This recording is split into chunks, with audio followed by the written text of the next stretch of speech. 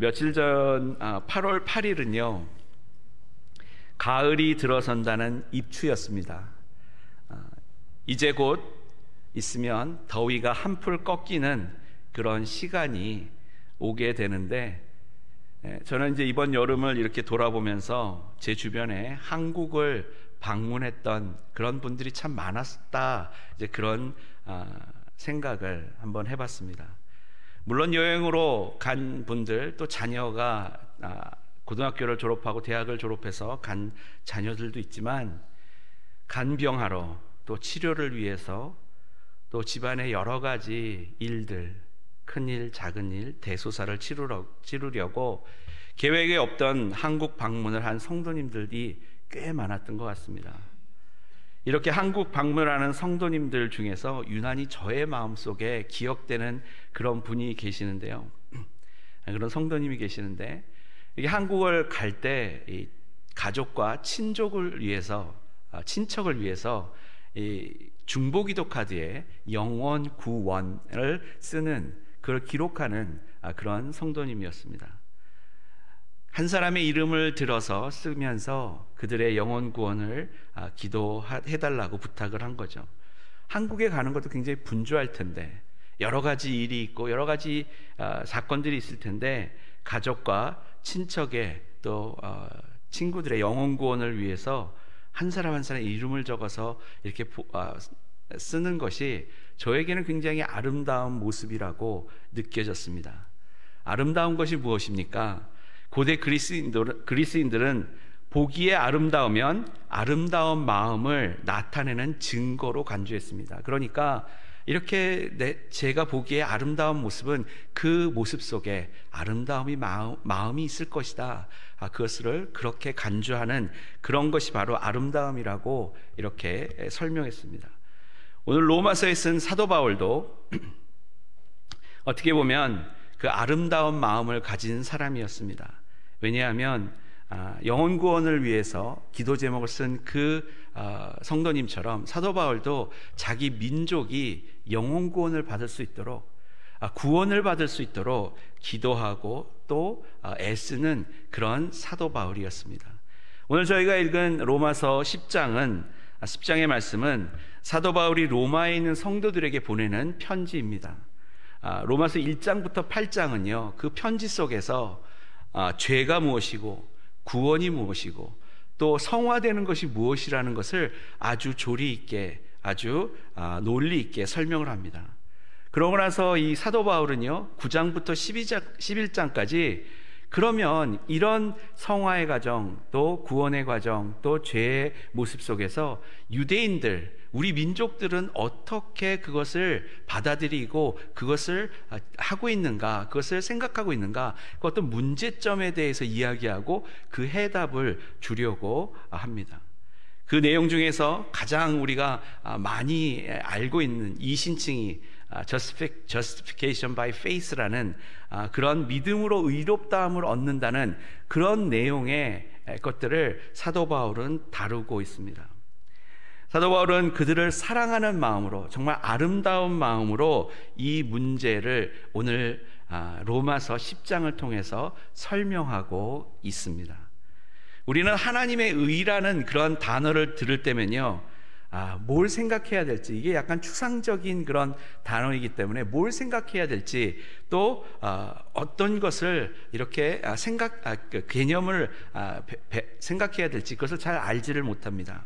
그래서 이 하나님의 의라는 그런 단어를 들으면, 그런 말을 들으면요 이제는 전화기를 봐야 할 땐가, 아니면은 생각이 좀 더 다른 데로 가서 오늘 저녁에는 무엇을 해야 되나, 딴 생각을 하게 되는 그런 경우가 있는데, 오늘 사도 바울이 말하는 그 justification by faith, 믿음으로 하나님의 의를 얻는다라는 그것을 한번 잘 들어보시면, 또 그것을 잘 생각하고 묵상해 보시면 우리 영혼이 배부르는 기쁨을 얻게 될 줄 믿습니다. 분명히 성경은 그렇게 말씀하셨죠. 사람이 빵으로만 살 것이 아니라 하나님의 입에서 나오는 말씀으로 살 것이다. 우리가 하나님의 말씀을 묵상하고 함께 잘 연구하다 보면 우리의 심령이 배부름을 얻게 될 줄 믿습니다. 사도 바울은 로마서 10장에 쓰게 된 배경을 1절에 설명하고 있습니다. 1절 말씀인데요.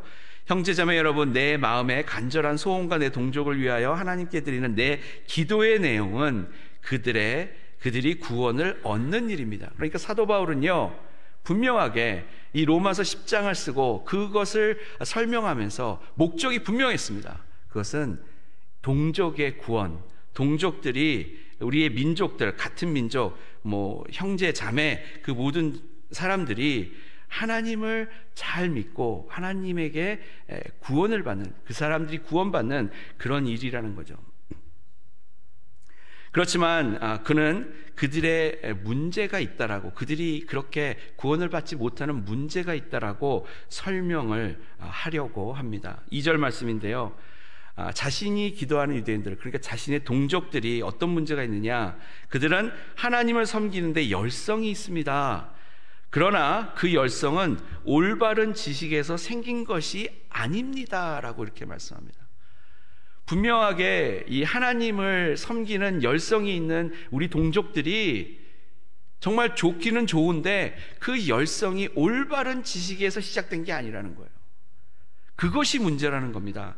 그러면 이제 사도 바울은요, 분명하게 그 무엇을 해야지 하나님의 의에 이르고 구원을 얻는지 그것을 설명하라고 이 로마서 10장을 기록하고 있는 거죠. 열심히는 하는데 정말 이것은 아니라는 거죠. 이것을 사자성어로 표현하면 노이무공, 다시 말해서 열심히 온갖 애를 써서 다 하는데 아무 보람이 없는 그런 모습을 이야기합니다. 그러니까 사도 바울은 동족을 생각하는 그런 마음속에서 답답하죠. 정말 이게 아닌데, 정말 구원을 하나님께서 주시는 구원이 이건데 라고 설명하기를 원한다는 거죠. 3절에 계속 이야기를 합니다. 그들은 하나님의 의를 알지 못하고, 그러니까 하나님의 뜻을, 하나님의 계획을, 하나님이 말씀하시는 옳은 일을 알지 못하고 자기 자신들의 의를 세우려고 힘을 씀으로써 하나님의 의에는 복종하지 않게 되었습니다. 자신들의 의를 내세우려고, 자신들이 원하는 대로 그렇게 하나님의 뜻을 이루려고 하다 보니까 어떻게 됐어요? 하나님의 의에는, 하나님이 원하시는 것에는 복종하지 않게 되었다라는 거죠. 이 말을 쉽게 얘기하면 유대인들은 지금 하나님의 뜻이 무엇인지 모르고 애를 쓰고 있다라는 것입니다.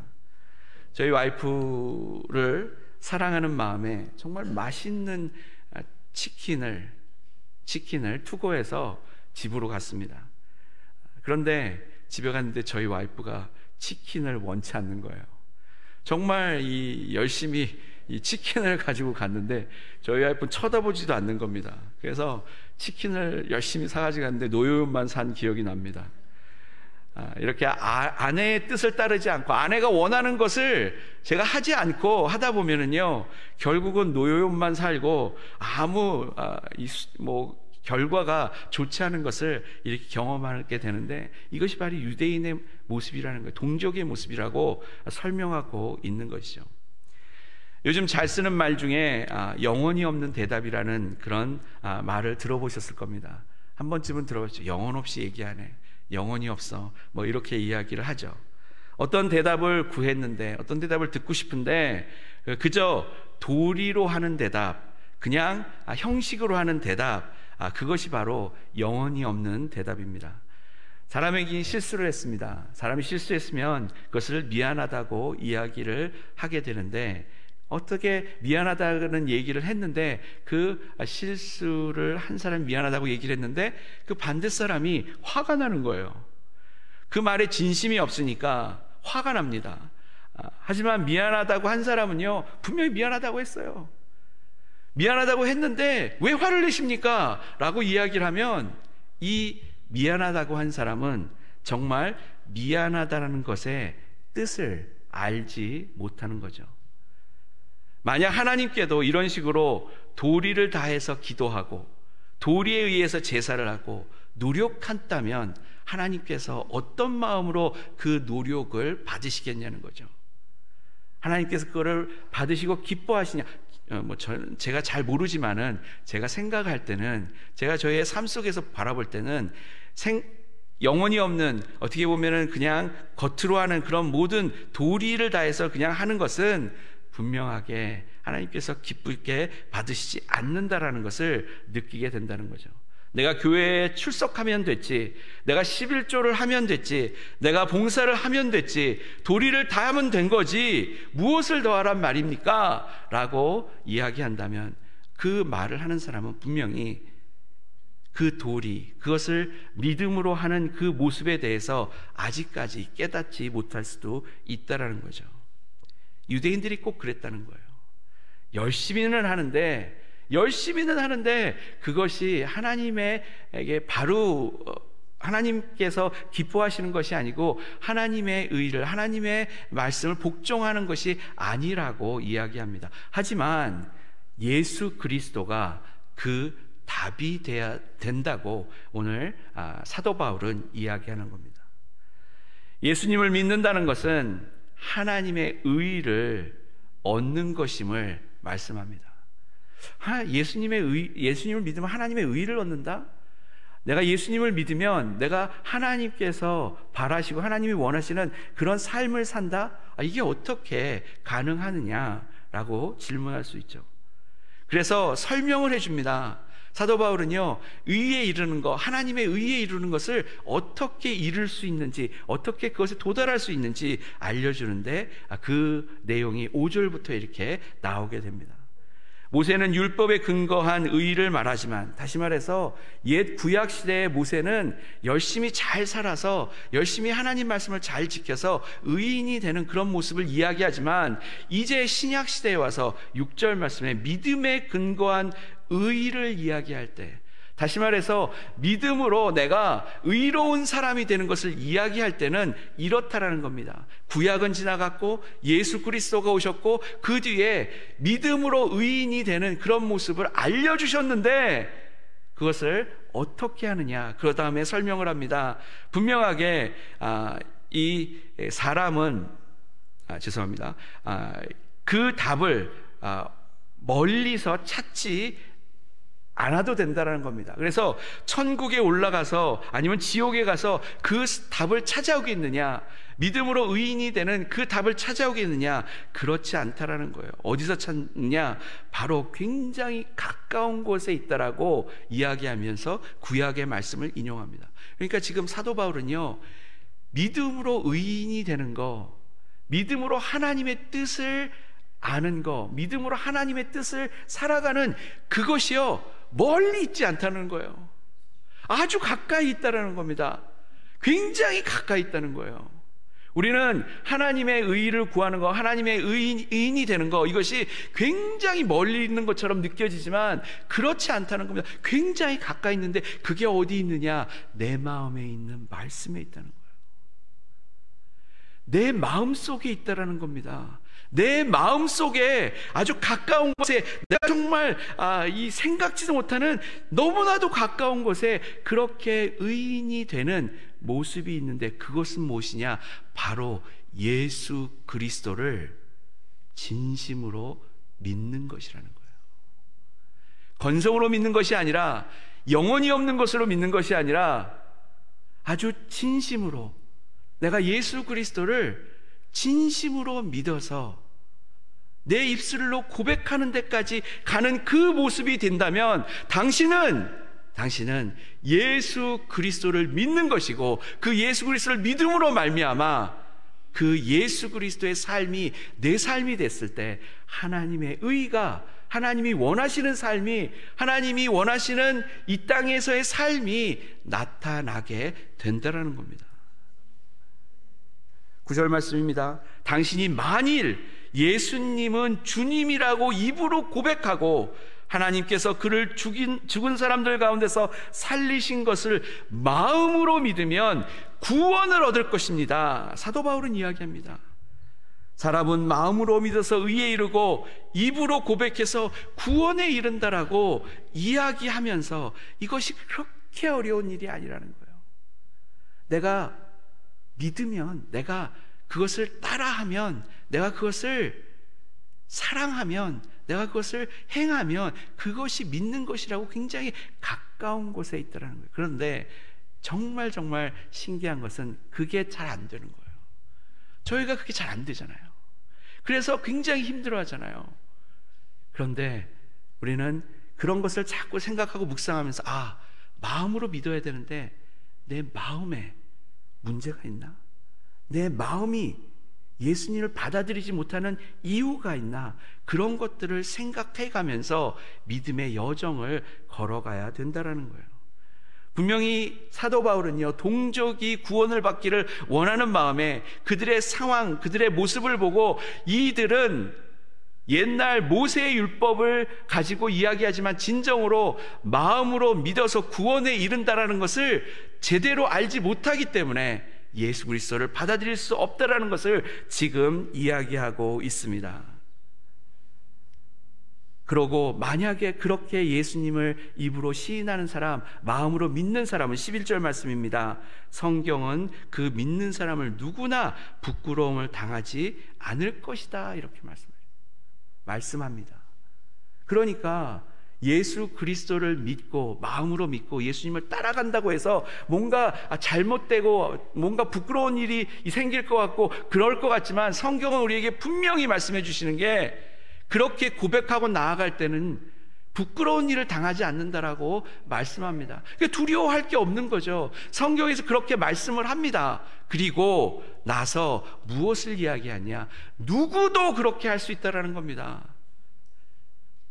누구도, 어떤 사람도, 그 사람이 유대인이든 그리스 사람이든 차별이 없다라는 겁니다. 모든 사람의 똑같은 주님이 되어주시고 그를 부르는 모든 사람은 풍성한 은혜를 받을 것이라고 사도 바울은 이야기하고 있어요. 그러니까 우리가요, 살아온 배경이 틀리고 지식이 틀리고 모습이 틀리고 그렇게 다 틀려도 우리는요, 풍성한 은혜를 누릴 수 있는 자들임을 믿으시기 바랍니다. 성경은 그걸 개런티해 주고 있어요. 그러니까 우리가 할 수 있는 것은요, 어떻게 하면 내가 마음으로 믿고 내가 입으로 시인할 수 있는가, 그것을 생각을 해봐야 합니다. 이렇게 사도 바울은요, 유대인들의 문제에 대해서 잘 설명을 해줬어요. 이 믿음은 멀리 있지 않습니다. 내 마음속에 있는 것이고요, 내 마음으로 믿고요, 그것을 입으로 시인할 정도로 확실히 믿으면 구원이 나에게 임합니다. 그것은요, 그렇게 시인하고 난 다음부터는요, 성령님께서 모든 걸 인도해 주세요. 책임져 주세요. He will take care of him. Holy Spirit이, 성령님께서 모든 것을 인도해 주신다라는 거예요. 그러니 어둠에 있던 사람이 예수 그리스도를 보고 빛에 나오게 되고, 정말 디프레션에 있던 사람이 예수님을 믿고 나서 정말 새로운 세상을 살게 되고, 그런 기적의 일들이 우리들 주변에도 우리의 모습 속에서 있게 된다라는 것입니다. 왜냐하면 예수 그리스도를 믿었을 때 구원이 우리에게 임하기 때문입니다. 그 구원을 넓게 생각하면 바로 영원한 구원, 다시 말해서 우리가 천국에서 영원히 살 수 있는 그 구원의 길까지 주어지게 된다라는 것입니다.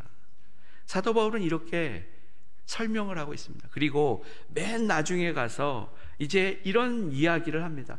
이렇게 정말 믿음으로 믿고 입으로 시해서 구원을 얻는 이것을 그 유대인들, 내가 사랑하는 유대인들, 내가 사랑하는 동족들, 그들에게 전하지 않으면 어떻게 그 사람들이 알겠냐는 거예요.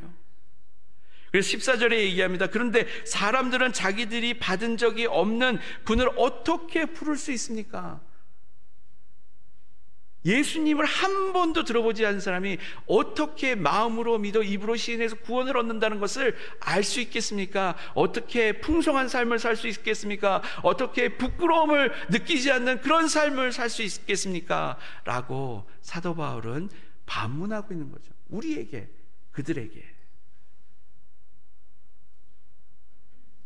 선포하는 사람이 없으면 어떻게 들을 수 있겠습니까? 보내심을 받지 않았는데 어떻게 선포할 수 있겠습니까? 만약에 누군가가 보내심을 받아서 선포하고 또한 부를 수 있도록 도와준다면 이제 15절에 말씀합니다. 성경에 기록한 바, 이제 이사야서 말씀을 이제 52장 이사야서 52장 7절 말씀을 인용해서 이 모습, 이런 모습, 내가 지금 하고 있는 이런 모습, 그런 모습은 바로 기쁜 소식을 전하는 이들의 발걸음이 얼마나 아름다우냐라고 이야기하고 있다라는 것입니다.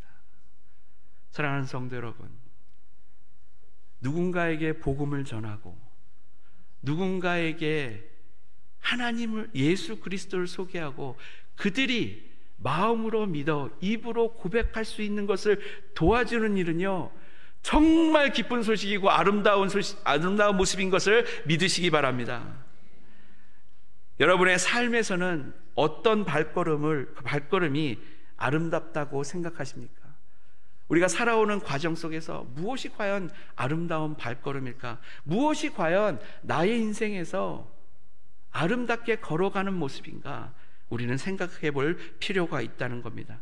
한 영혼이 예수 그리스도를 믿음으로 새 삶을 얻고 구원을 얻는 그런 모습이 아름답다고 생각하지는 않으십니까? 그래서 성도님들이요, 한국을 갈 때 그 분주한 상황 속에서도 가족을 위해서 중보기도에 글을 적어서 올리는 것이고요, 그런 발걸음을 걸어가기 위해서, 그런 일을 돕기 위해서 저기 3층에서 아카페에서 정말 주일날도 일주일 내내 일하고 와서 주일날도 와가지고 커피를 만드시고 이렇게 하면서 무엇을 해요? 아름다운 발걸음으로 사람들이, 다른 성도님들이, 다른 사람들이 예수 그리스도를 믿을 수 있도록, 예수 그리스도를 마음으로 믿고 입으로 시인할 수 있도록 도와주고 계신다는 겁니다. 그것뿐만입니까?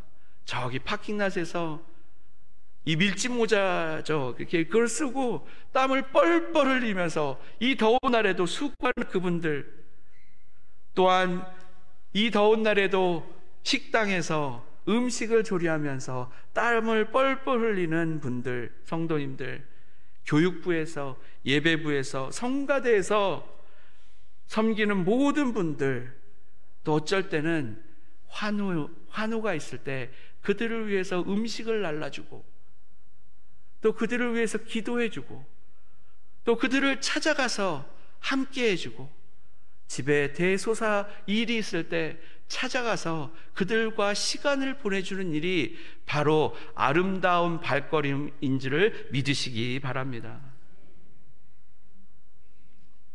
오늘 여러분은 어떤 아름다운 발걸음을 걸으면서 한 영혼이 마음으로 믿고 입으로 시인할 수 있도록 도와주시겠습니까? 가만히 서 있으면 그것은 발걸음이 아닙니다. 내가 복음을 위해서 예수님이 가르쳐 주신 대로, 예수님께서 보여주신 대로 예수님과 동행하면서 걸어가고 발을 내딛고 출하일을 할 때 사도 바울이 말하는 발걸음이 아름답다 이야기할 수 있을 것입니다. 이번 한 주도 하나님께서 기뻐하시는, 또 하나님께서 인정하는 아름다운 발걸음을 걸어가시는 우리 모든 성도님들 되시기를 소원합니다. 우리 잠깐 묵상으로 기도하기를 원합니다. 오늘 들은 말씀을 생각하면서 나는 어떤 발걸음을 가고 있을까? 한번 묵상으로 기도하겠습니다. 모든 인류를 구원의 길로 인도하시기 원하시는 사랑의 하나님, 이 시간 우리의 삶에 이신칭의의 은혜가 함께하기를 기도합니다.